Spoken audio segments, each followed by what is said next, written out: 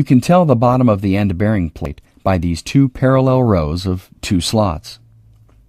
Please make sure to use the bottom 2 slots for 12-inch radius horizontal track, and the upper 2 slots for 15-inch radius horizontal track.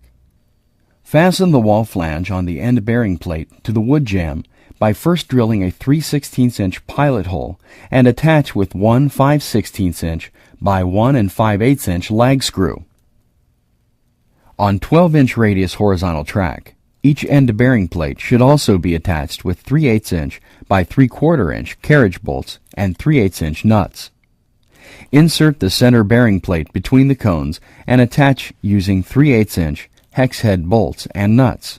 Then, with the help of your assistant, lift the complete torsion spring tube assembly and slide the ends of the tube into the bearing on the end bearing plates. Drill 2 3/16 pilot holes for the red-headed lag screws for the center plate.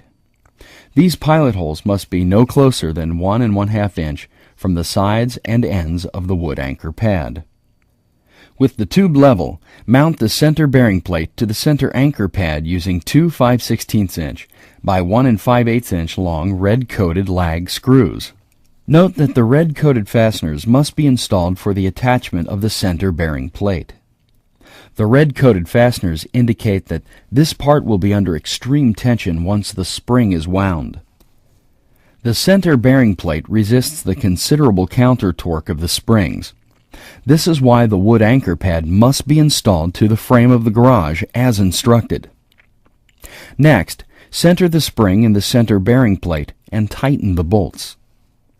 Thread the cable that is attached to each bottom bracket up between the wall and roller shafts to the cable drum like this.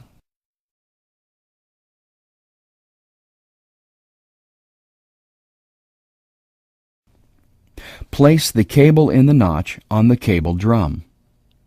To remove the slack in the cable, turn the cable drum and slide it up tight against the end bearing plate. Make sure the cable follows the grooves in the cable drum. Next, hold the cable taut and tighten the set screws on the cable drum with a 3/8-inch box wrench.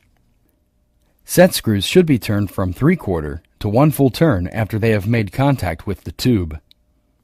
Use locking pliers clamped to the torsion spring tube to maintain tension on the cable. Repeat this procedure for the opposite side. Check for a straight line drawn across the length of each spring. If no line is present, draw one using a piece of chalk or a marker. This will be used to indicate the number of turns on the springs when we tension the springs. Next, we will insert the 2 winding bars all the way into the winding cone. Make sure you use solid metal winding bars designed for this task. Never use screwdrivers or other substitutes for winding bars. When winding